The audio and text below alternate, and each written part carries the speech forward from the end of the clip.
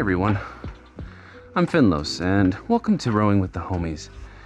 This is episode 1 for April 2nd, 2025. And as I begin this project, I'm hoping that it'll be a space to share daily experiences, maybe current events that shape our world, thoughts that keep us up at night, and the daily grind of dealing with our own mental health. But I also want to be about action, so I'm on a mission. Sorry, it sounds very dramatic. I'm really hoping to build or establish a consistent daily exercise routine using my rowing machine, which is, I've had this thing for over a decade. Thank you, Eva. I've always loved rowing, I just never used it consistently. So you'll be hearing the authentic sounds of this journey, including the occasional heavy breathing as we row through these conversations together. So it's about transparency in that regard, building community, and finding strength in hopefully shared experiences. So let's get rowing. And to begin, I'm going to start with a segment called What's on My Mind? And today, Senator Cory Booker is on my mind. And specifically, I want to talk about the extended floor speech that he gave over the past couple of days in order to protest some of President Trump's administration's policies. And so his extended speech it's kind of like, I can't claim to be an expert on the Senate or the weird esoteric rules, but there are some types of proceedings that can take place where debate can be extended. Debates on specific legislations or bills can be extended under specific conditions. And historically, it stems from a really idyllic tradition that valued robust discussion and the rights of individual legislators to express their views. And necessary for that would be an absence of strict time limits. Sometimes senators can leverage this to draw attention to issues, to delay votes, or to otherwise obstruct legislation or proceedings. Although it has kind of become less common, the more common form of obstruction is the filibuster. But in this instance, Senator Booker's actions were less about the traditional filibuster aimed at blocking a specific bill, and more about a sustained protest against a broader range of administration policies. These policies obviously have been sparking considerable controversy and debate, and are reflective of the really deep divisions in politics in the U.S. Broadly speaking, Booker was looking to draw attention to proposed cuts to Social Security offices, which, serve millions of Americans seeking assistance in their retirement or disability claims. Any reduction in these services, he is pointing out, would drastically, disproportionately affect vulnerable populations, including the elderly, people with disabilities, or low-income families. He also voiced concerns about potential cuts to social safety nets like Medicaid, food assistance, unemployment benefits, which obviously are super, super important. Beyond those concerns, Senator Booker also addressed more general sense of unease and opposition to the direction of the administration's policies, encompassing issues like environmental regulations, health care, and civil rights. So, as he was giving, well, we're calling it a speech, but he incorporated many different types of sources and content to convey his interwoven messages. He included personal stories and letters from his constituents. Senator Booker is a senator from New Jersey, and obviously he did that to try to give a human face to the often abstract world of debate around legislation. And he also read stories from newspapers and giving his own personal experiences with the legislative process. And he did this to try to make a broader connection with his audience, both the senators in the room as he spoke, but the American population as a whole. The really impressive feat, beyond just speaking for an extended period of time, and I've now been talking here for not for very long, and I'm already out of breath. I mean, it's no small feat to give a public speech, but he ended up speaking for a little over 25 hours, which is incredible. He actually shattered the previous record, which was just over 24 hours. And upon completion, he stated that his objective was to amplify the voices of those who felt marginalized or ignored by the political process, and to draw national attention to policies he believed were detrimental to the well-being of his constituents and the country. And really, the more immediate impact of this was to disrupt the normal flow of Senate business, forcing a broader conversation around the direction that legislation is taking.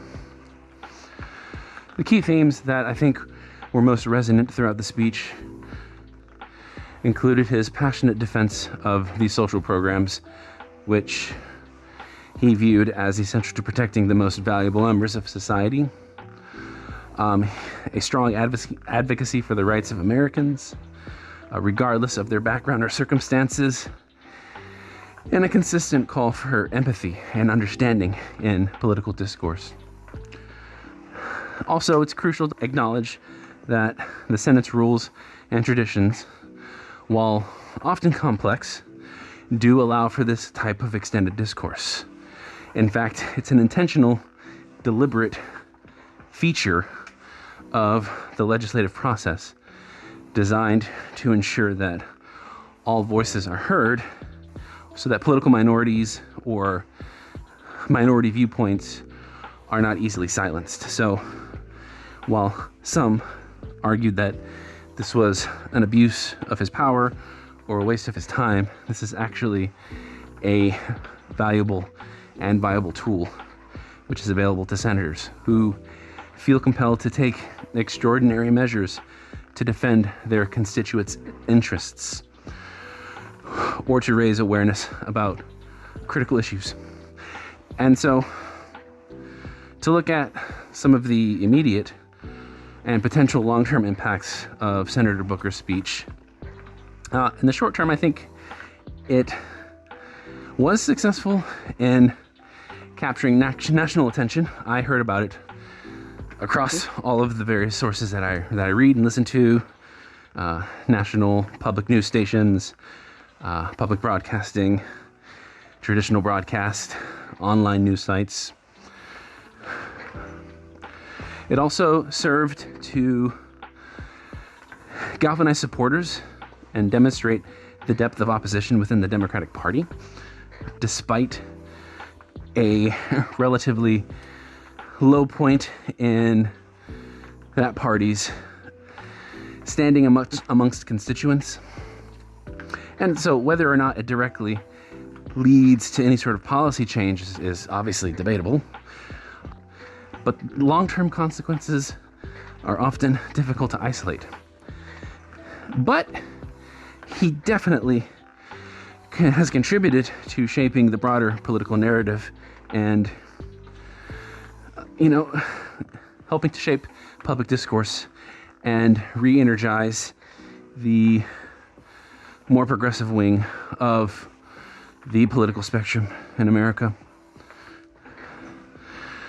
And so, as I'm thinking about this, first of all, I think it is important to remember that in the short term, there won't be any sort of tangible, immediate political or policy changes, I should say.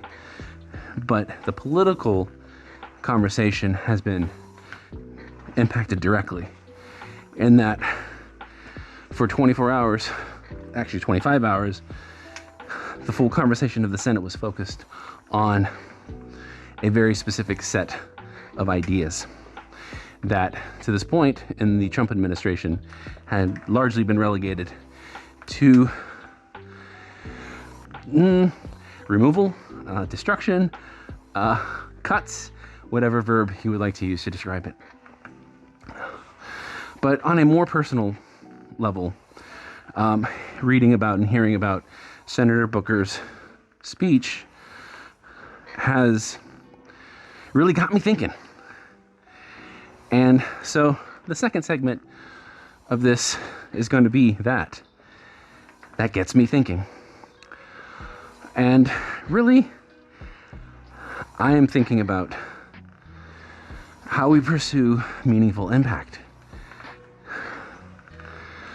And Senator Booker's actions to the broader theme of individual effort and its perceived impact, I think, very closely mirror or reflect personal aspects of how each of us pursue purpose and meaning and taking action in our daily lives.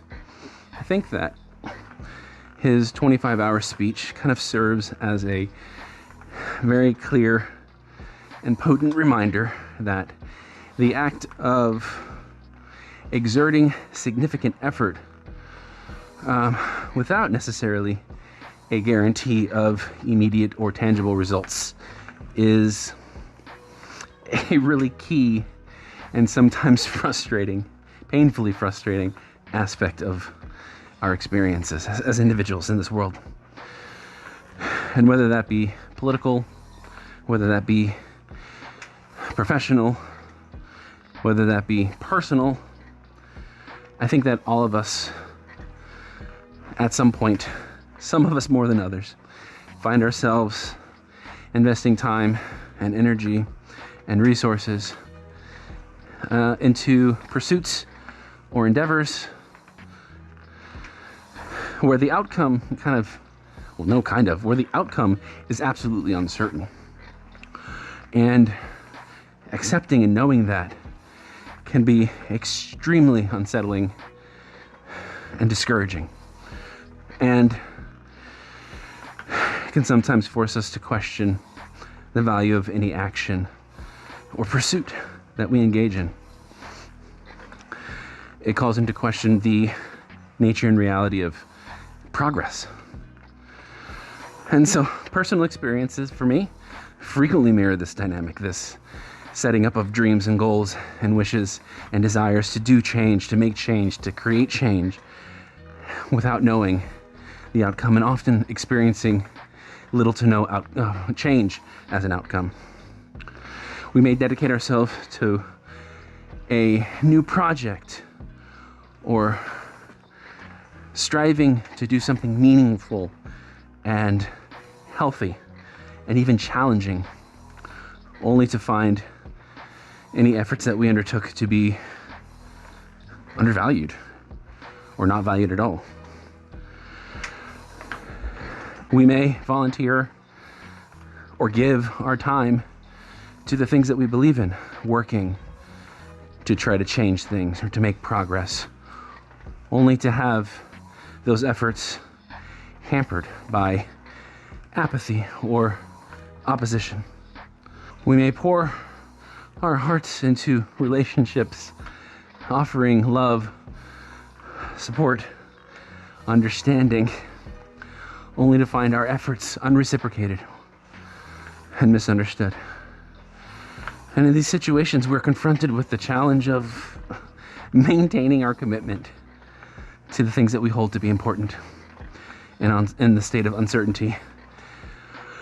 And damn it, easy to succumb to cynicism or even despair. And so it's hard because impact is inherently subjective and often stubbornly resistant to measurement. There are often no quantifiable results in these really complex webs of interconnections.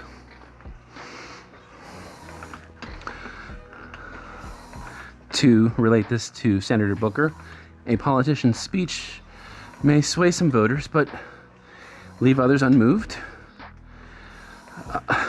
More immediately, an activist's protests may raise awareness, but fail to change any sort of policy. A teacher's dedication may inspire some students, but leave others completely unaffected.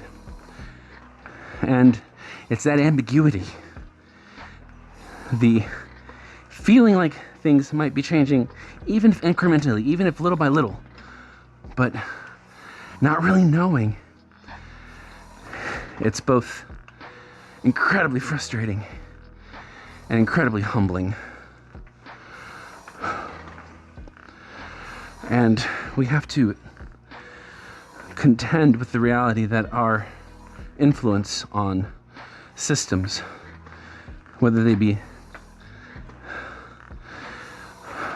institutional systems or social systems, our impact is often indirect at best. Despite this, though, despite it, I think we all feel, hopefully, I try to keep it alive in myself, but I feel the value of persistent effort, even when immediate results are not readily identifiable. And I think that it's one of those things, one of those sort of ideals that I like to ascribe to myself that sort of helps me to remain engaged. And it helps me to value myself. There is dignity, I think, in the act of striving. There is dignity in refusing to be complacent.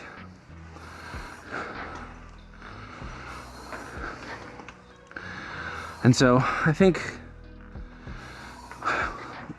a lot of times I find myself considering the long-term implications of my actions and try really hard to be patient and to understand that the ripples of effort sometimes spread beyond what we understand in ways that we don't really comprehend.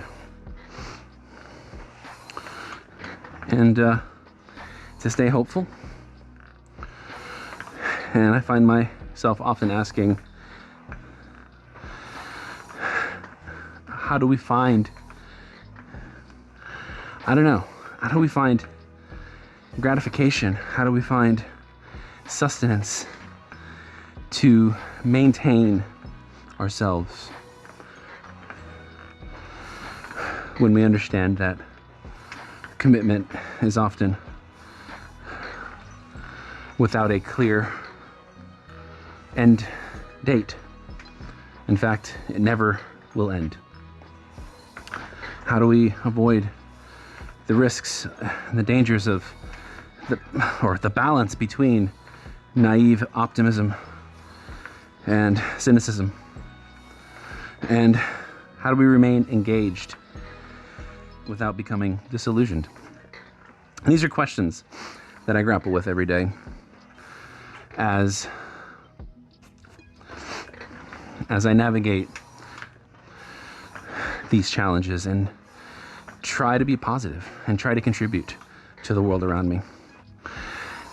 But I think the significance of individual effort, both mine and yours, transcends the pursuit of immediate results. I think the very act of engaging in meaningful action is intrinsically valuable. But it does, again, bring us to the challenge of sustaining that effort, especially as we are confronted by those who would do everything in their power to stop. And so, to wrap up, I'm going to take that idea, that daily struggle, the experience of doubt, and transition to the close of this episode. And we'll wrap up with a conversation I'm going to call Today Depression Feels Like.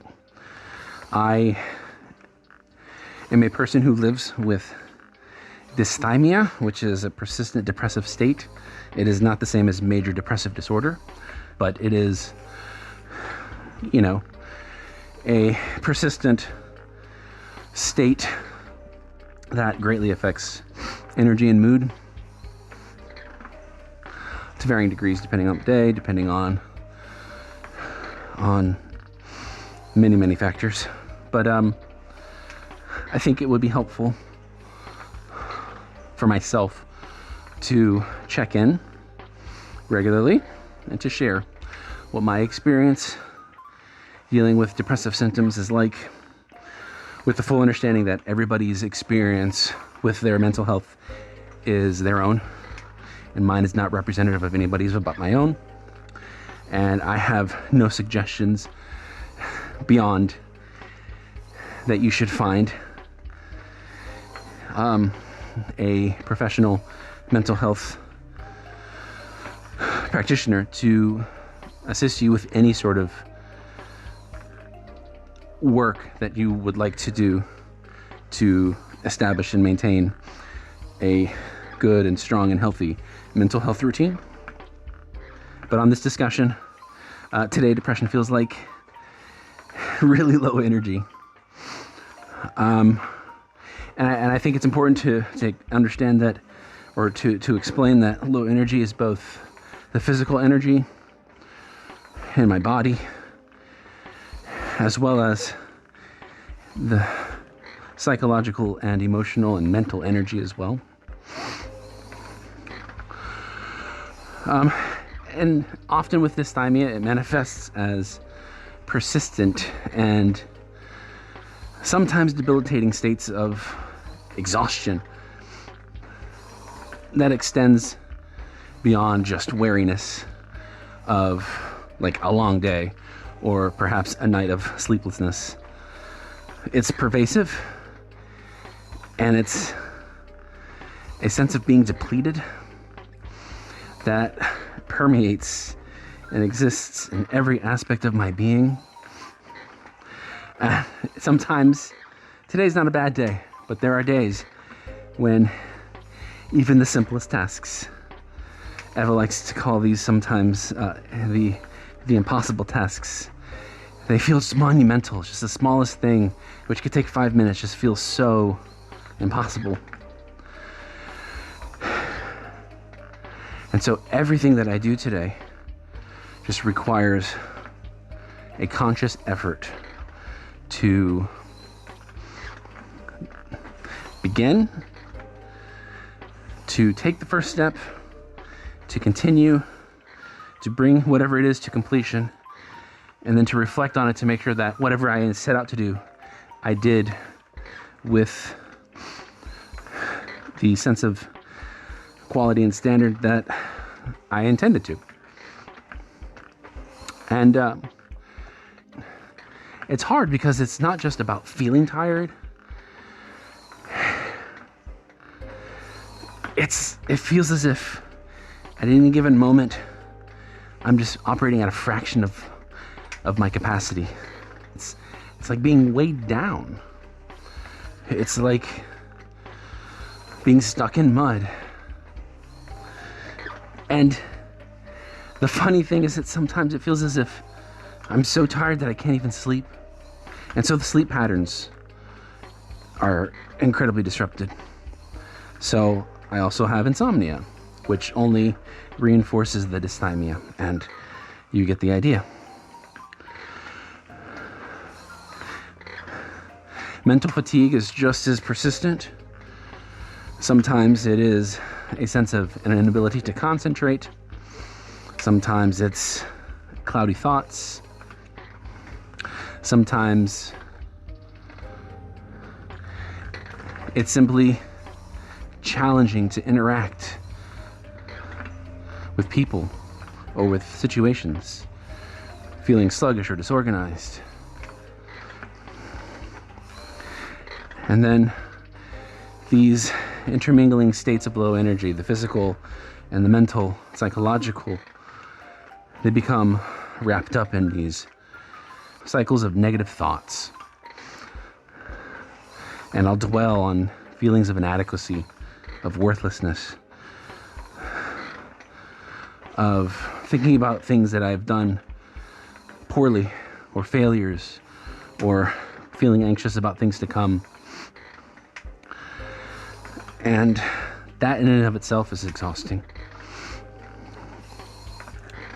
So, in an attempt to manage this low energy, I am trying many different ways to cope healthily. This is one of them. Exercise and creativity are often refreshing, and I'm really hoping that this exertion will help me to sleep better tonight. I'm hoping that the pleasure of thinking about, planning out, recording, and then revising and editing this podcast will give me a sense of positive completion. Other things that I try to do are take short power naps, to have conversations with people that I love, especially Eva, my partner, my children, co-workers. But to be honest with myself and to remind myself that it's okay, that this is normal, and that it's hard, and to be okay with that, and to go easy on myself, to not beat myself up when I'm not able to perform where I feel like I should be able to perform, in the ways that I should be able to perform. So, navigating this feeling today, it's a struggle because it feels like as if I'm pushing against inertia. But this is a highlight, so thank you. And I hope that you're able to share something of my experience, find some commonality, and hopefully find some sense of connection with any of what I'm saying. And I really appreciate you listening to and sharing with me. And that's going to wrap up this very first episode of Rowing with the Homies. I'm Finlos. Thank you for giving me the honor of sharing your time, because everybody's time is valuable. And I'll see you next time.